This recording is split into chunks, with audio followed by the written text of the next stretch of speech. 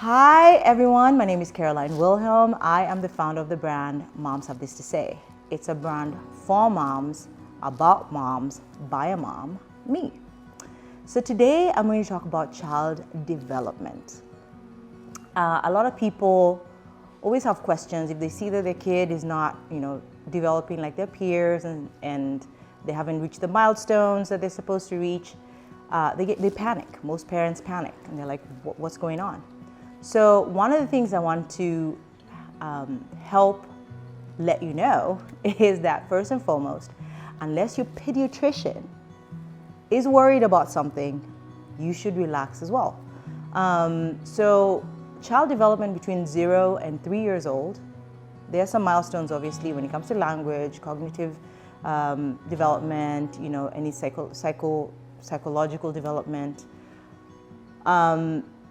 There's a lot of development milestones that you have to get to, and those you can research on your own and ask your pediatrician to give you a list of the things that the kids need. But between 0 and 3, kids develop differently.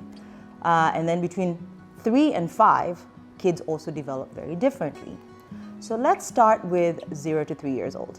So if your kid between 0 to 3 doesn't have the many words that they need, I think by 3 it's 500 words, and they can hold 2-word sentences, 2 to 3-word sentences. Again, you can research that. I'm not the expert when it comes to, I'm not a pediatrician, I'm not a speech therapist. I'm just here to help you understand that there are specialists who can help you figure out what's going on. So between 0 and 3 years old, if your kid has any struggles, talk to your pediatrician, and by that time I think your pediatrician would already have told you that there's something that they're seeing that needs help, or we need to focus on this. And if they feel like something is seriously wrong, they will advise you to seek the help of a neurologist. So I'll tell you our story. So between 0 and 3 years old, we have a beautiful girl, and she didn't have the words that her peers had. She didn't have as many words as her peers had. But my pediatrician was not worried about it. She was like, listen, between 0 and 5, so much can change, right? 3 is not a time to panic. But because I was I'm a mama bear and I'm also a panicky mom, I was like, what can we do? What can we do? And she was like, listen, you can go and start her in speech therapy. There's nothing wrong with that. Doesn't change what your child is, it's not a big deal. And she referred us to a speech therapist. So when we went to see the speech therapist, I told the therapist advised us, like, hey, you know what, it would be a great thing to have her have a whole, to be surveyed and to have some tests done to make sure you eliminate everything that could be the reason why they're delaying in speech. And so, me being me and being the mom of one, I'm like, oh my gosh, okay, so let's do everything we have to do. So we sought the help of a neurologist, and we did find that our kid is hyperactive. So her hyperactivity was a little bit too much, where she couldn't concentrate like her peers to get to the point where they were. And so for him, he looked at all the markers, all the things that they need to know if your child is, has ASD, which is autism, or has some developmental issue, right? By 3, it's very hard to diagnose. In fact, she was not even 3 yet. She was, I think 2 months to 3. She was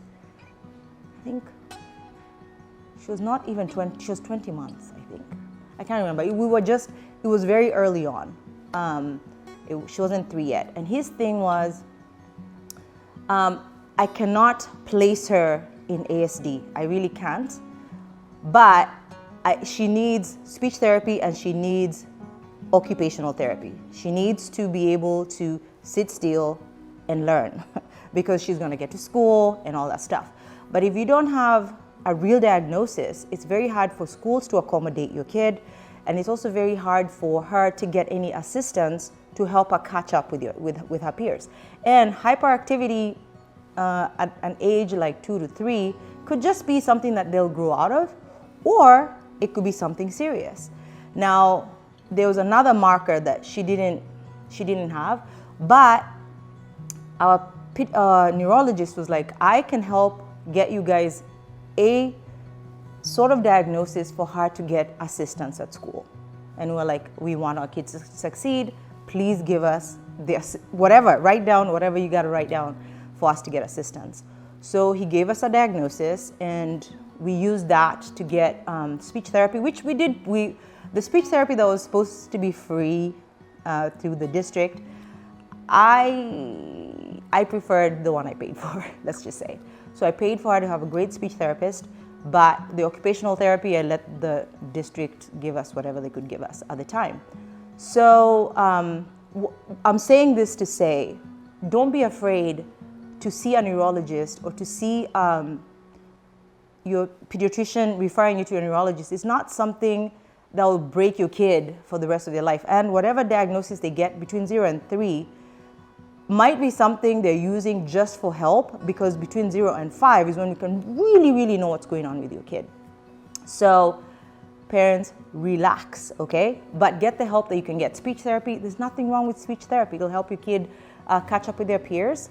And then occupational therapy will just help them learn how to concentrate and sit in class, because they'll need to do that for their future. So anyway, so by 3, she started nursery school, which is preschool. We call it nursery school in Kenya. But anyhow, she started preschool, and she had assistance. So she was being helped to sit through, class and stuff like that. And then she also was getting speech therapy. Now, between 3 and 5, by 4, she had already caught up with her peers when it came to speech. The extra energy that she had, the hyperactivity, was a little extreme. So that led us to figure out, like, okay, now I know we're given the diagnosis to help us through school, but we really now need a real diagnosis, because even the neurologist said, this is not really what, I'm just giving you something because there's no exacts for your kid, but we need, by the age of 5, we need to find out what's really going on. So at 3, 4, she had caught up with her speech. Now it was her hyperactivity. And so around 4, 5 is when they said, for sure, your child has ADHD. Now I was like, why didn't you guys give us that diagnosis when she was 2.5 to 3 years old? And they said that's too early to diagnose a kid with ADHD. I do not know why. I am not an expert in that, but I know that that's what he told us, the therapist.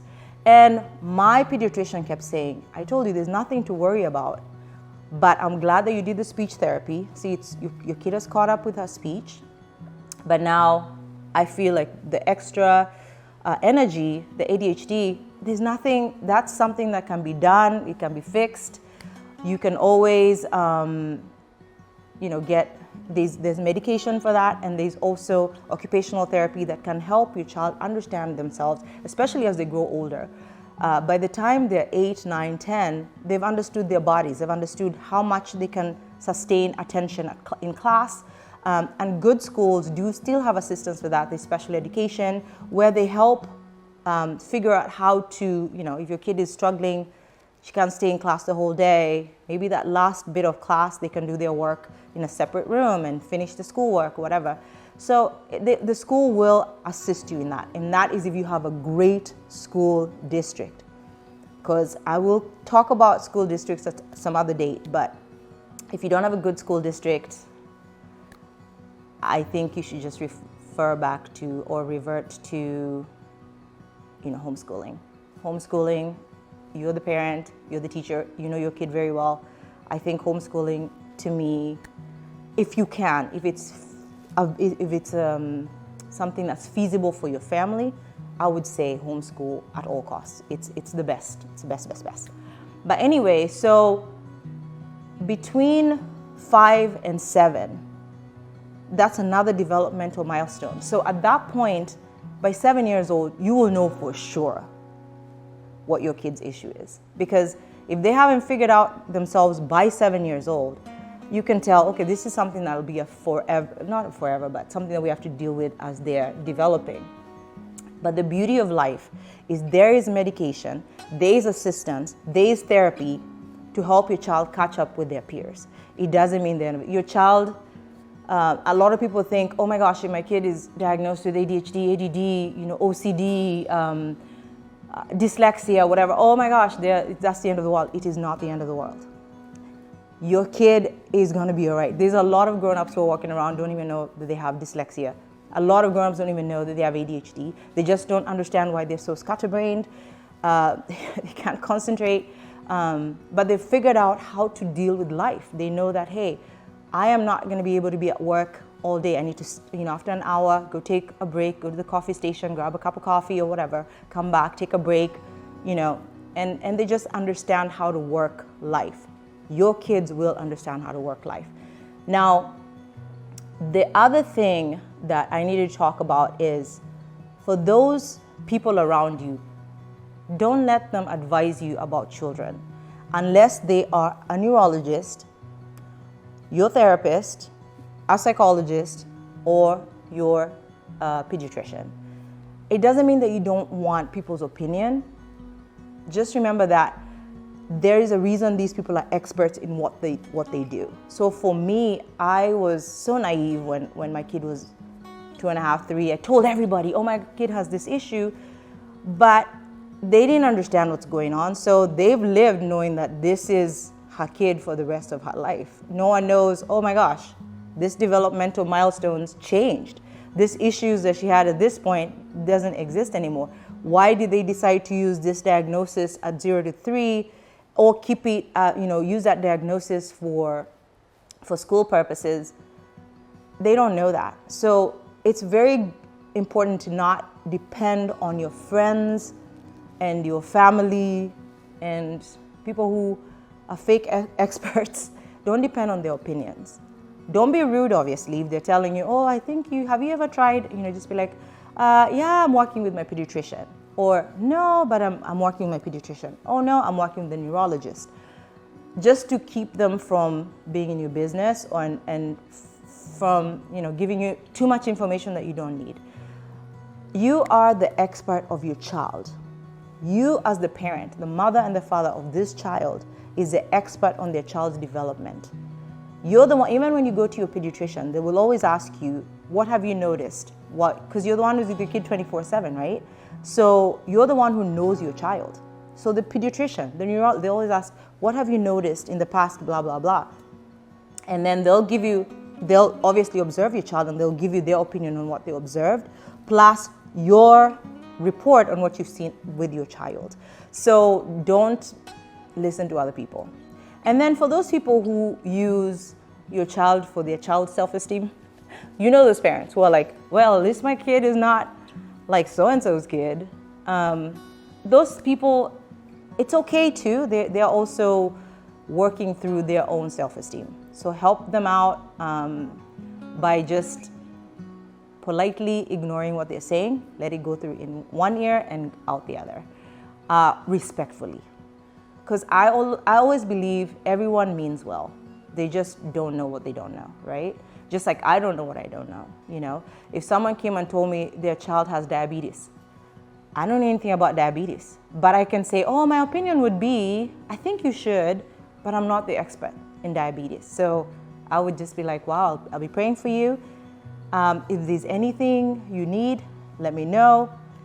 Or if there's anything that you've allowed me to share about your kid, please feel free to inform me that I can share this. I don't know if that makes sense. Someone has to invite you into their kid's life to share about their kid or invite you to give an opinion about your kid or their kid. So unless someone has given you the permission to give an opinion about your child, it is best to put boundaries on people's opinions on your child. Because again, no one is the expert.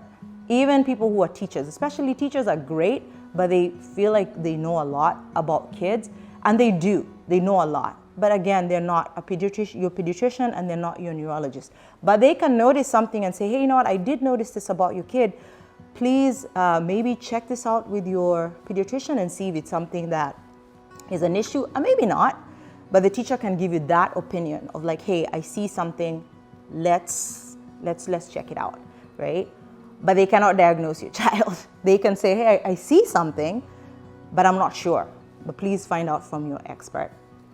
The other thing is, you know those friends who tell a friend about and another friend about your kid, and all of a sudden there's a story about your child out there that is not true, or it's not up to date because they're using information from when your kid was 2 years old. Oh, Carol's child cannot speak. Well, she couldn't speak between 0 and 2 years old, but she's great now. She speaks very well. You know what I mean? It's just, it's hard to stop stuff like that. Hearsay and like, you know, people talk. Your friends, in fact, the worst sometimes are your closest friends, because they think they know your kid and they think they know you. So, but they mean well. Don't take that to heart. But also you can always stop them by saying, hey, you know what, if you need to know about my kid, just call me, let me know, and I'll share. But I'd prefer that you don't go telling people about my child and you don't know anything about my kid. You know what I mean? So yeah, that's my experience with child development. My child is now 8 years old, and honestly, I wish I kind of followed my pediatrician's advice, where don't stress, you'll figure it out. By 5, I will let you know if there's a problem. But I was so eager, and I was just a new mom, and I was just like, oh my gosh, we do everything we can do to fix whatever issue we thought there was. And she's a rambunctious little kid. She still has extreme energy, but it's under control, right? And so for those who are wondering, she's fine. She doesn't have the things that you think or you've been talking about. She is just a really hyper kid who's doing extremely well and is caught up with all her peers and is where her peers are, except that she can't sit still for way too long. Just like me, and just like most of us grown-ups. So to summarize what I've been trying to say, between 0 and 3 years old, do watch your child. Do figure out if you're seeing anything that's different. Jot it down, write it down. When you see your pediatrician, just say, hey, these are the things I'm noticing. What do you think?